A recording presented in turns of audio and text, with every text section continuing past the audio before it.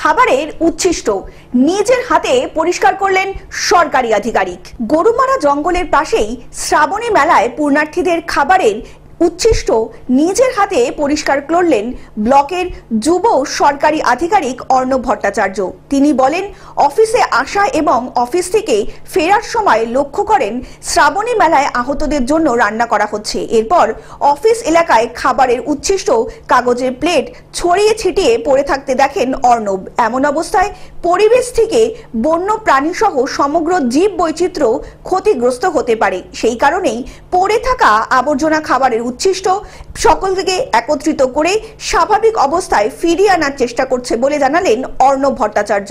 একটা জঙ্গলের মধ্যে আমি এটা কি বলে এরকম আয়োজন করছি, সেখানকার ইকোসিস্টেম খুবই ফ্র্যাজাইল। এই সমস্ত জায়গার ইকোসিস্টেমে আমি আঘাত আনছি এরকম ভয়ঙ্করভাবে, চূড়ান্তভাবে নোংরা করে যাচ্ছি জায়গাটা, চূড়ান্তভাবে প্লাস্টিক থেকে শুরু করে সবচেয়ে ভয়ঙ্কর হচ্ছে বোতলের প্লাস্টিক এবং যে সমস্ত মশলাপাতি ব্যবহার করা হয়েছে তার যে প্লাস্টিক সমস্ত এরিয়াতে ছড়িয়ে দেওয়া হয়েছে। মঙ্গলবার এমনই এক দৃশ্যের সাক্ষী রইল জলপাইগুড়ি জেলার মেটেলি ব্লকের টিয়াবন সংলগ্ন এলাকার মানুষজন। অপরদিকে এলাকার সমাজকর্মী সুমন চৌধুরী এই প্রসঙ্গে জানালেন, জঙ্গলের এই অংশ দিয়ে হাতি, বাইসন, বুনো মোষ চলাফেরা করে।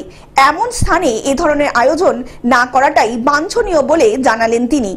প্রচুর মানুষ ভক্তরা যাবে আসবে, কিন্তু জঙ্গলের মধ্যে এইভাবে অবৈধভাবে নেমে এইভাবে রান্না বান্না করা বা খিচুড়ি খাওয়ানো, এটা কিন্তু বেআইনি। মানে বন দপ্তরের ক্ষেত্রে সেটা খুব আইন লঙ্ঘনকারী। কেন, যদি জঙ্গল থেকে কোনো বন্যপ্রাণ বেরিয়ে এসে আঘাত করে, যে কোনো প্রাণ যদি হারায়, তাহলে সেক্ষেত্রে কিন্তু বন দপ্তর দায়ী থাকবে না। জলপাইগুড়ি থেকে সায়ন সেনের রিপোর্ট, গ্লোব নিউজ। এখন থেকে গ্লোব টিভি দেখুন আপনার স্মার্টফোনেও। গুগল প্লে স্টোর অথবা অ্যাপল স্টোর থেকে ডাউনলোড করুন গ্লোব টিভি লাইভ অ্যাপ। এছাড়া জিও টিভি অ্যাপ থেকে দেখুন গ্লোব টিভি লাইভ।